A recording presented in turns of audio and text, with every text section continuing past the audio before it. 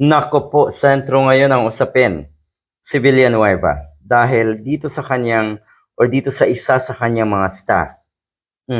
Ito'y maliwanag na kung ano yung or kung sino yung pinagsisilbihan mo, posibleng yung mga staff mo ay ganyan din. Magiging ganyan din ang pananaw. Pananaw sa buhay at kung paano makitungo sa ibang tao. Kung alam ito ni Mr. Villanueva, yung ganitong klaseng ugali na itong kanyang staff, kung alam niya ang ganyang klaseng ugali ng kanyang staff at nanatili pa rin sa kanyang pwesto, sa kanyang trabaho, abay kinonsente ng senador yung mga ganitong klaseng gawain. Ibig sabihin, posibleng ganyan din kalala etong senador na ito. Para daw hari kung umasta etong staff ni Villanueva.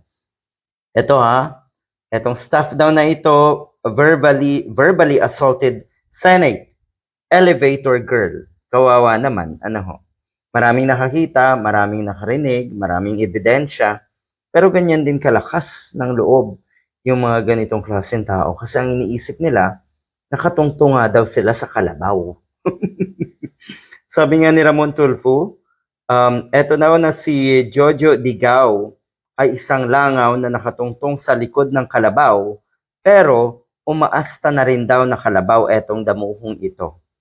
Ang amo na itong si Digao ay si Villanueva na nasasangkot sa flood control scam na may kaso ngayon sa ombudsman, sa Sandigan Bayan, kung saan man, at mukhang isa ito doon sa unang dalawang senador na maaaresto bago mag-December 15, abay malapit na. Pinagmumura daw na itong staff na ito ni Villanueva ang isang elevator girl sa Senado na yun nga, nagkaroon ng commotion, narinig ng marami, nasaksihan ng maraming empleyado ng Senado at talaga nakakahiya ito. Take note sa mga ganitong sitwasyon,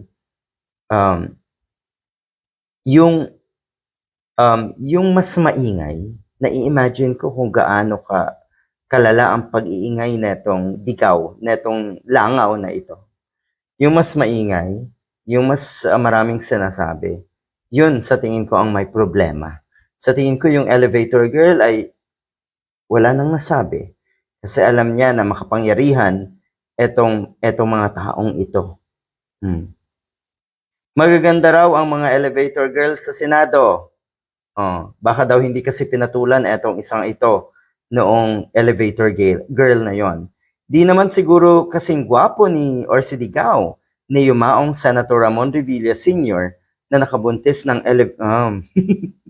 ito talagang si Ramon Tulfo. Si Ramon Revilla Sr. daw ay nakabuntis ng elevator girl sa Senado.